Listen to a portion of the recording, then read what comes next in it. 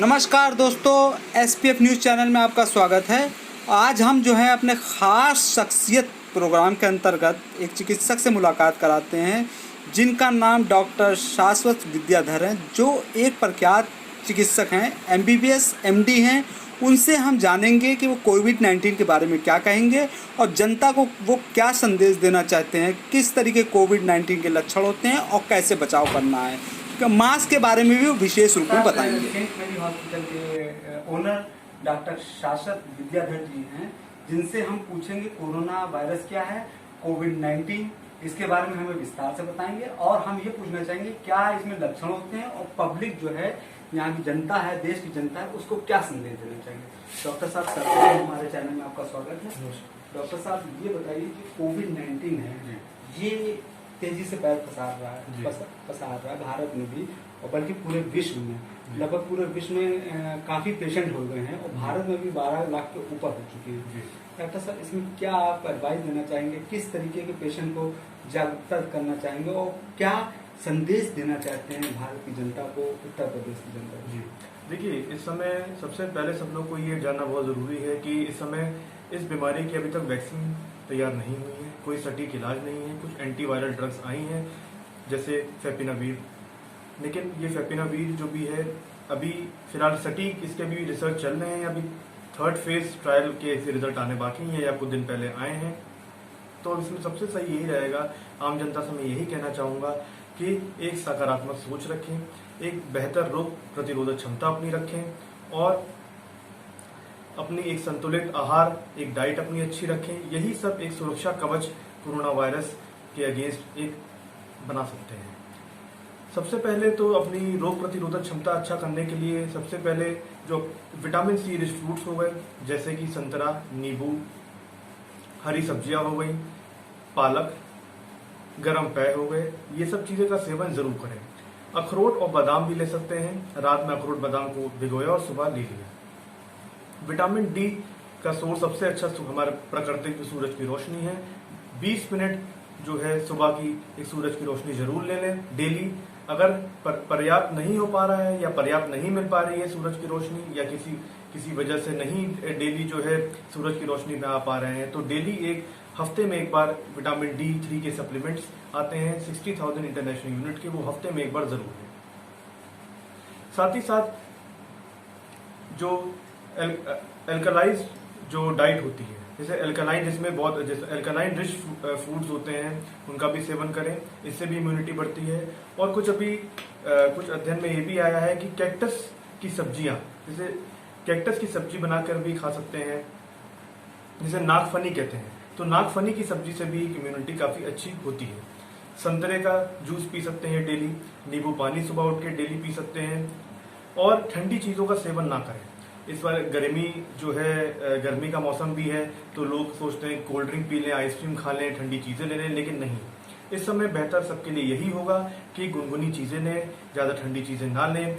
बच्चों को भी समझाएं कि बाहर जाके जो है ठंडी चीजें ना लें, आइसक्रीम ना खाएं, कोल्ड ड्रिंक ना खाएं और घर का ही पका हुआ खाना खाएं। बाहर का खाना जो है खाना अवॉइड करें।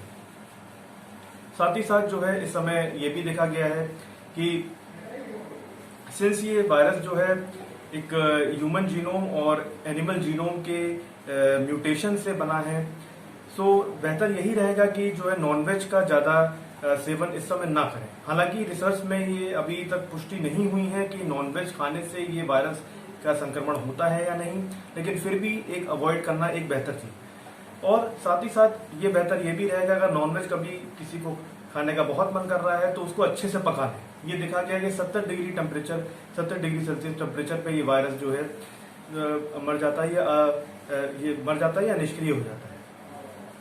तो इन चीजों का बेहद ध्यान रखना पड़ेगा।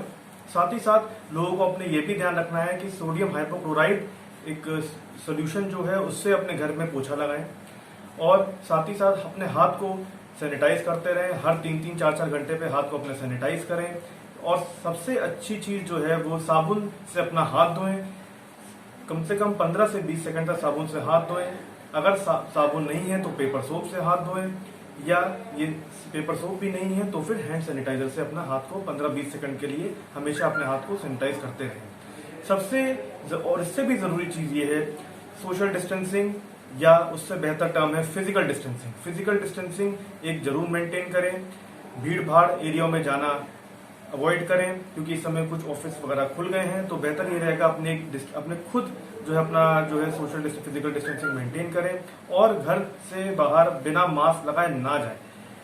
ये बहुत जरूरी है कि मास्क लगाएं। मास्क भी 5 लेयर का मास्क तो होना चाहिए, अगर 5 लेयर नहीं है तो कम से कम 3 लेयर सर्जिकल मास्क जरूर पहने, और मास्क विदाउट रेस्पिरेटर पहने, वो ज्यादा जरूरी है। और सर जो पुअर पेशेंट हैं जी, उनको कुछ अब जागरूक करने के लिए जैसे कोई ऐसा उदाहरण दीजिए जिससे वो पहचान जाए कि क्या मास्क किस तरीके का, बिल्कुल नहीं जानते लेयर क्या होती है। बिल्कुल मास्क का जो देखिए जी, ये तो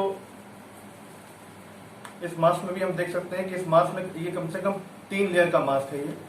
साथ ही साथ हम ये कह सकते हैं कि जो गरीब मरीज है, गरीब मरीज क्या कर सकते हैं, गमछा इस्तेमाल कर सकते हैं, या अगर वो मास्क नहीं खरीद पा रहे हैं गमछा इस्तेमाल कर सकते हैं, या दुपट्टा ले सकते हैं, दुपट्टे का इस्तेमाल कर सकते हैं। लेकिन इस चीज का विशेष ध्यान रखें कि दुपट्टा या गमछा लगाने से पहले बाहरी सतह कौन सी है, ये चीज का विशेष ध्यान रखें।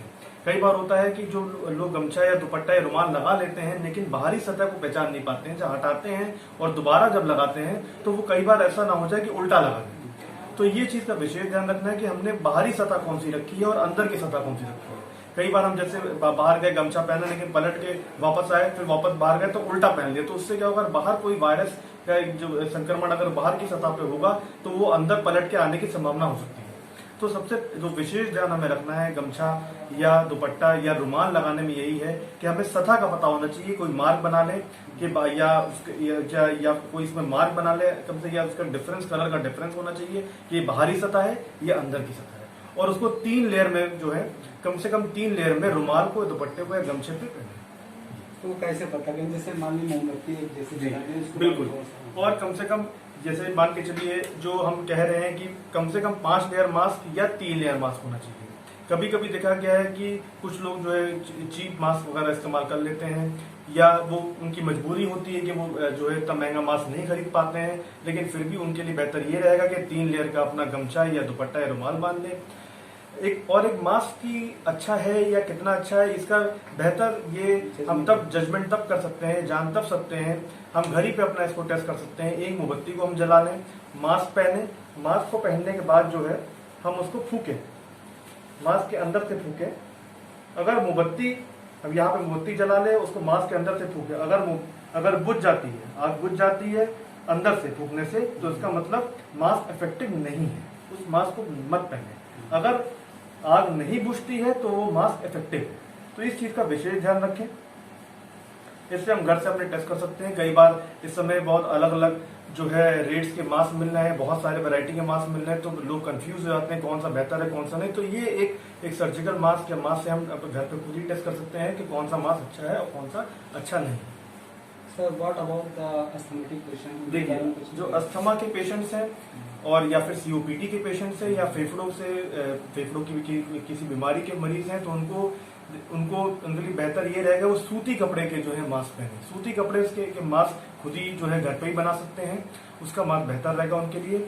अगर उनको जो सर्जिकल मास्क पहनने में या कोई अन्य मास्क पहनने में उनको दिक्कत हो रही है तो तुरंत मास्क को हटाएं और अपने डॉक्टर से परामर्श जरूर लें। ये थे डॉक्टर शाश्वत विद्याधर, जो हमारे चैनल के माध्यम से जनता को समझाना चाह रहे थे कि कोविड के क्या लक्षण होते हैं, कोविड से बचाव किस तरीके किया जा सकता है, सोशल डिस्टेंसिंग को मेंटेन करके भी बचाव किया जा सकता है, और मास्क बेहतर क्वालिटी का अगर लगाएं तो कोविड-19 से बचा भी जा सकता है, और कम्युनिटी जो स्टेज में भारत अगर पहुंचने वाला है तो उससे भी बचा जा सकता है। भारत के नागरिक अपने आप को स्वयं ही इस बीमारी से निजात दिला सकते जब तक मेडिसिन नहीं बन रही है। मैं डॉक्टर मोहम्मद इरशाद, कैमरा पर्सन राजू मोनी के साथ SPF न्यूज़ लखनऊ।